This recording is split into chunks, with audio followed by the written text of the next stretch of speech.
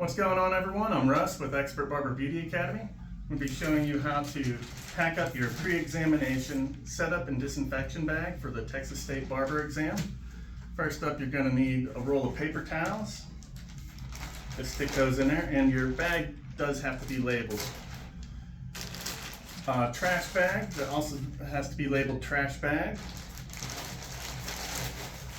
Get that in there, and then a roll of heavy-duty tape to hold the trash bag up.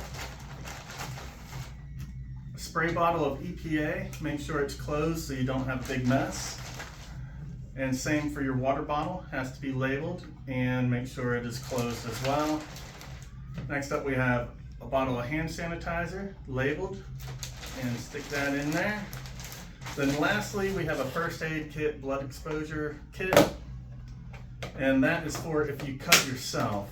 In the side of that, you're going to have a roll of gauze, some alcohol wipes, some band-aids, and a pair of gloves. The gloves, after you get your band-aid on, you're going to put the gloves on and you'll have to wear that for the rest of the exam.